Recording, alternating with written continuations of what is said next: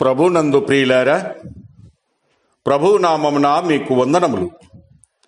ఈరోజు దేవుని యొక్క వాక్య ధ్యానము మత్తయి సువార్త 13వ అధ్యాయము 13 నుంచి 15 వచనాలు.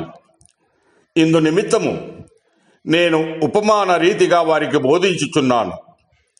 ఈ ప్రజలు కన్నులార చూసి, చెవులార విని, హృదయముతో గ్రహించి, మనసు త్రిప్పుకొని నా వలన స్వస్థత పొందకుండునట్లు వారి హృదయము క్రొవ్వినది, వారి చెవులకు వినుటకు మందములైనవి. వారు తమ కన్నులు మూసుకొని ఉన్నారు గనుక మీరు వినుట మట్టుకు విందురు గాని గ్రహింపనే గ్రహింపరు, చూచుట మట్టుకు చూతురు గాని ఎంత మాత్రమును తెలుసుకొనరు అని యెషయా చెప్పిన ప్రవచనము వీరి విషయమే నెరవేరుచున్నది. దేవుడు ఈ మాటలు దీవించి ఆశీర్వదించునుగాక. గమనించండి ప్రియులారా, ప్రభు అయిన యేసు క్రీస్తు వారు ఉపమాన రీతిగా చెప్పుచూ ఉన్నాడు. కన్నులు ఉన్నాయి కానీ వారు చూడరు, చెవులు ఉన్నాయి కానీ వారు వినరు, హృదయం ఉంది గాని వారు గ్రహించరని దీనినే క్రొవ్విన హృదయపు స్థితి అని ప్రభు అంటూ ఉన్నాడు. నిజమే ప్రియులారా, వాక్యమునకు దగ్గరగా ఉన్న దేవుడు దూరమై కనిపించే స్థితిలో ఉన్నారు. చిన్నతనము నుండి వాక్యము వింటూ ఉంటాం, ప్రతి ఆదివారము చెవులు నింపుకుంటూ ఉంటాం. కానీ విన్నది మనసులోనికి దిగదు, ధ్యానముగా మారదు, జీవితముగా రూపాంతరము చెందదు. వినడమే గొప్ప ఆధ్యాత్మిక అనుకొని మనలను మనమే మోసము చేసుకుంటూ ఉంటాం. ఇజ్రాయేలీయుల్లో కోరహు కూడా దేవుని గురించి తెలిసినవాడే.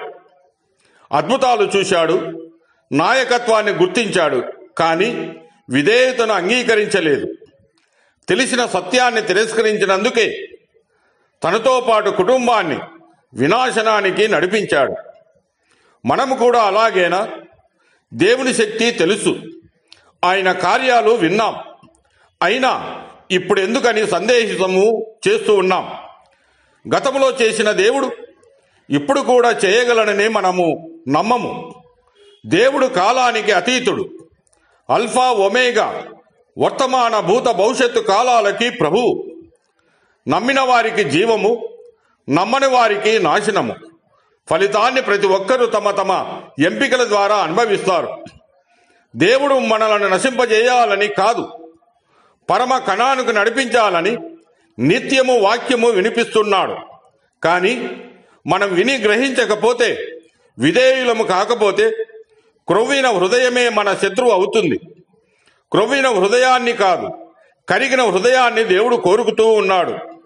కనుక ప్రియమైన సహోదరి సహోదరుడా, ఈరోజు దేవుడు నీతో మాట్లాడుతూ ఉన్నాడు.